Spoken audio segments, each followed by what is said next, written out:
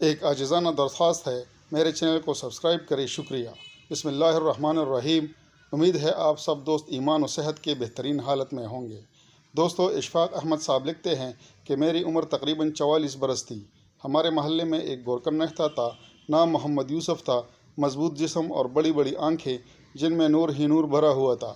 ایمان اس کے چہرے سے چھلکتا تھا۔ بارش چہرہ، اس کی ایک ہی روٹین تھی، صبح گھر سے نکلتا اور شام کو قبرستان سے واپس آتا تھا۔ یہ ایسا عظیم گورکن تھا کہ کبھی کسی قبر کے پیسے منہ سے نہیں مانگتا تھا، جو جتنا دے جاتا رکھ لیتا۔ کبھی کسی سے کوئی بحث نہیں کرتا، کوئی ڈیمانڈ نہیں کرتا تھا۔ خاص کر کسی امام مسجد اور کسی یتیم بیوہ سے پیسے لینے کا تو سوال ہی پیدا نہیں ہوتا۔ ہمیشہ راستے کے ایک طرف ہو کر چلتا تھا اور کسی کی طرف بری نظر سے نہیں دیکھتا تھا۔ ایک دن محلے کے پڑھے لکھے لڑکے اکٹھے ہوئے اور یوسف سے کہنے لگے کہ آپ کی ساری زندگی قبرستان میں گزری ہے، ہمیں کوئی واقعہ سنائیں۔ یہ سن کر یوسف حسین سنجیدہ ہوا اور لمبی سانس لی اور کہنے لگا، آج مجھے 17 سال ہو گئے ہیں، میں قبریں بنا رہا ہوں۔ میرے ساتھ ایک عجیب واقعہ گزرا ہے۔ گرمیوں کی دوپہر تھی، کچھ لوگ میرے پاس آئے کہ بابا جی قبر بنانی ہے۔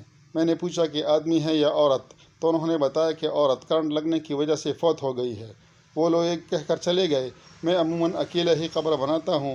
میں نے سخت گرمیوں میں قبر بنانا شروع کر دی۔ دوپہر 2-2:30 بجے تک قبر مکمل ہو گئی اور اس دن گرمی بھی انتہا کی تھی۔ قبر کو فائنل ٹچ دینے کے لیے میں نے قبر کے اندر لکڑی ماری تو مجھے ایسی آواز آئی جیسے کوئی شیشے کی چیز ٹوٹ گئی ہے، اور بس پھر خوشبو ہی خوشبو پھیل گئی اور قبر ٹھنڈی ہو گئی۔ میں قبر میں لیٹ ہی گیا۔ باہر سخت گرمی تھی، اندر قبر ٹھنڈک اور خوشبو سے بھری ہوئی تھی۔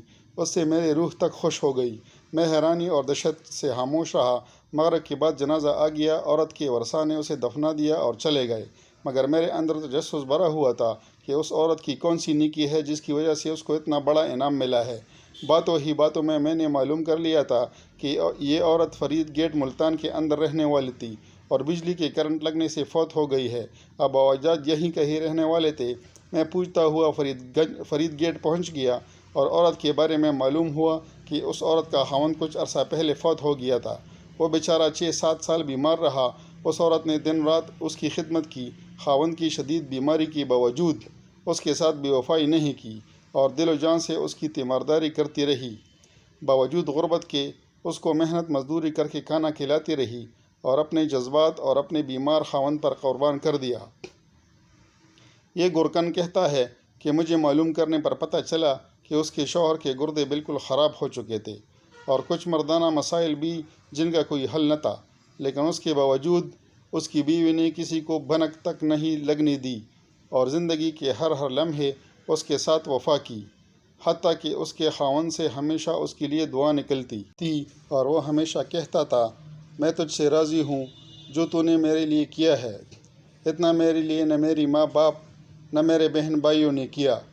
گورکن سمجھ گیا کہ یہ عورت نیک پاک باز تھی اور اپنے شوہر کی وفادار تھی۔